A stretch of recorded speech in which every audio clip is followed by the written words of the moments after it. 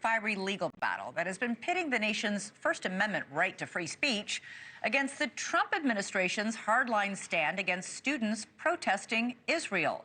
Now, at the center of it all is this man, Columbia University grad student Mahmoud Khalil, a 30-year-old pro-Palestinian who led pro-Palestinian protests at Columbia University last year. Now, tonight, Khalil is in a detention center in Louisiana after ICE agents arrested him Saturday night at his campus housing in New York City. Khalil was detained after the Department of Homeland Security accused him of leading activities aligned to Hamas, a designated terrorist organization. Khalil was born in Syria. He has Palestinian family. He is a legal permanent resident of the United States. He's here on a green card, and he denies this charge. He says he's being targeted for speaking out on Palestinian rights. Today, Khalil's arrest sparked protests outside a federal courthouse in Manhattan. If you say how, we want justice. You say how. Hands off my students now. In court, Khalil's attorneys asked a judge to return him to New York. They say there's no evidence that he provided support of any kind to any terrorist organization.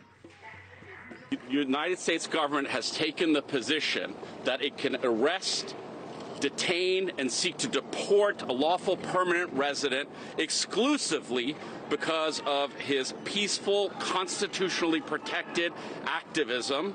In this case, activism in support of Palestinian human rights and an end to the genocide in Gaza. It's largely unprecedented, save for ugly historical precedents, including the Red Scare and McCarthyism. Now, President Trump on the campaign trail and since his election has taken a very hard line against the students leading these sometimes violent protests on college campuses. And when asked why Khalil was arrested, Trump spokesman Carolyn Leavitt said he organized protests, harassed fellow students, and passed out flyers. This is an individual who organized group protests that not only disrupted college campus classes and harassed Jewish American students and made them feel unsafe on their own college campus, but also distributed pro-Hamas propaganda, flyers with the logo of Hamas. Now, in this country, there is a First Amendment right to free speech, even free speech that is ugly and aberrant. Passing out pro-Hamas flyers isn't much different from marching with tiki torches and chanting, "Jews will not replace us." It's all awful, and it's all protected speech. Secretary of State Marco Rubio, however, said that Khalil's case is different. This is not about free speech. This is about people that don't have a right to be in the United States to begin with. No one has a right to a student visa. No one has a right to a green card, by the way. These lunatics are running around with covers on their face, screaming terrifying things. If you told us that's what you intended to do when you came to America, we would have never let you in. All right, for more on all this, let's bring in the mayor of New York City, Bill de Blasio, and Ronna McDaniel, former chair of the Republican National Committee. Mayor de Blasio, I'm going to start with you. The vast majority of cases where somebody with a green card has found that green card revoked, they've committed a crime. And in this case, the Trump administration hasn't even accused him of a crime. Yeah, Elizabeth, anyone who cares about American liberties, and you don't care if you're conservative or you're liberal, whatever you are, you should be very worried when you see the United States government arresting someone because of their political beliefs, because they exercise free speech. The Supreme Court has addressed this issue repeatedly. If you have a green card, you have rights like any American, the right to free speech that the founders put in our Constitution. Now, I'm someone who believes in the state of Israel strongly. And I think some of what happened in these protests, I'm not talking about this individual, some of the protests were violent, some of the protests were absolutely inappropriate in the way that Jewish students were treated. And illegal. They were taking over buildings and barricading them. And that should not happen. And it's up to universities to do something about that, working with local law enforcement. But that's a very different matter than a guy who, by the accounts I've seen, was actually a mediator trying to resolve the protests with the university administration, who didn't do anything violent and was exercising his right to free speech, who actually said there was no place for antisemitism in the movement that he was a part of.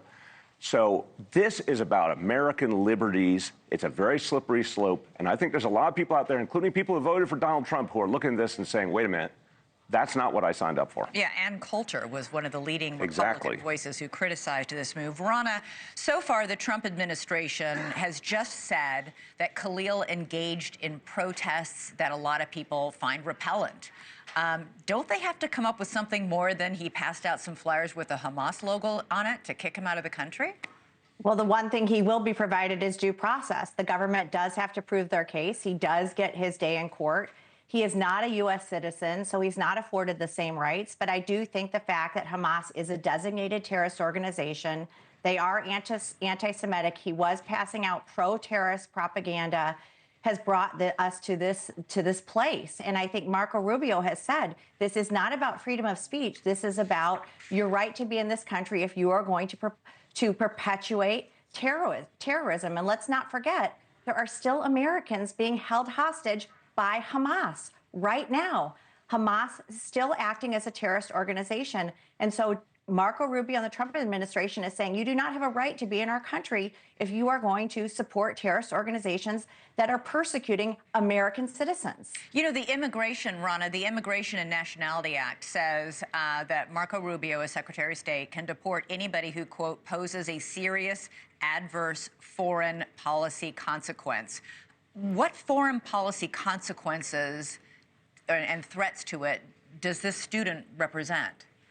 Well, I think it's egregious to be supporting Hamas. I think if you were handing out flyers saying pro-ISIS or pro-Al-Qaeda after 9/11, when we have American hostages still being held, when we have families that are still suffering from the loss of loved ones, when we saw what happened with Israel, when we see the spread of anti-Semitism, when we see students on Columbia University afraid to go to class, this is a problem. And this isn't about free speech. This is about you coming to our country and pushing a terrorist ideology. And that doesn't give you the right to necessarily stay in the United States. But he's still going to get his day in court, and the president and the government is still going to have to prove their case. Can I just jump in? Ronna, have you seen these flyers that you allege he gave out? There's no coverage I've seen that actually shows any documentary evidence this guy did that. And I would think you would be concerned that our government is arresting someone without that evidence, someone who is literally on the path to citizenship in this country and is peacefully protesting. Doesn't that worry you that that goes against what our Constitution is about? Well, Mayor, the fact that he's going to get due process, the fact that the government has to prove their case shows that he's going to get that. But wait, so you're saying anyone could get arrested because someone said they had a flyer, even if there's no evidence they had a flyer? They're going to have to produce that evidence. I don't know what the government has. You certainly don't, but they certainly have said, we feel confident enough in our case to bring these charges and to view this person as somebody who is pushing pro-terrorist, a designated terrorist organization. And I would ask you, Mayor, aren't you concerned with foreign citizens coming to this country, taking advantage of our freedoms, our universities, our education, and then pushing propaganda for an organization that is still holding American hostages? Look, I oppose Hamas deeply, and I represented the city with the largest Jewish population on earth when I was mayor. I know. But I got to say something to you. I don't think a lot of the people who are supporters of Donald Trump would accept the notion that someone could be arrested on say-so, on someone's say-so, on no evidence whatsoever. That's not the America that people who believe in liberty want to see. Ronna, I do have to say... He's going to court. Yeah, they're going to have to prove evidence. They're going to show it. Right, but in the meantime, he's sitting in another state in a detention facility. And a right-wing group that tracks these protesters and has files on all of them and has a file on Khalil says that the file has no examples of Khalil using threatening or violent speech. It shows that he was advocating for divestment from Israel, which means removing and, they wanted Colombia to pull all funds from Israel.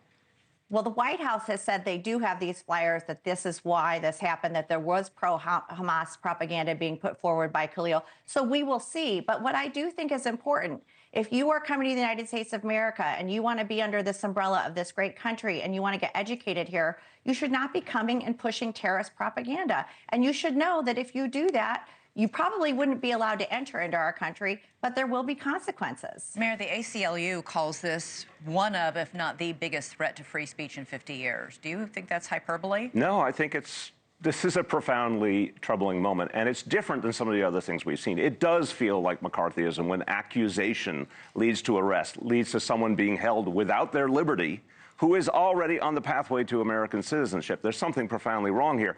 But I'll tell you, not only do I disagree profoundly with Hamas, I disagree with the divestment movement. BDS, I've opposed them all along. But if someone is peacefully protesting, if someone says, hey, I believe this is the right thing to do, that's an American right. Of course, I don't want someone coming from another country trying to do violence in this country. That's a different matter entirely. With all due respect to Ronna, that would be a different case. We're talking about someone exercising American freedoms who is on his way to being an American citizen. What happens next? Well, and by what the happens way, next? Then are U.S. citizens going to suffer the same fate? Immigration and Customs Enforcement under the first Trump administration determined that people who are here on green cards do have a right to free speech. And the Supreme Court said as well. And it's not just American citizens who have a right to free speech. Thanks so much for watching. Go to joinnn.com to find NewsNation on your television provider. And don't forget to click the red subscribe button below to get more of NewsNation's fact-driven, unbiased coverage.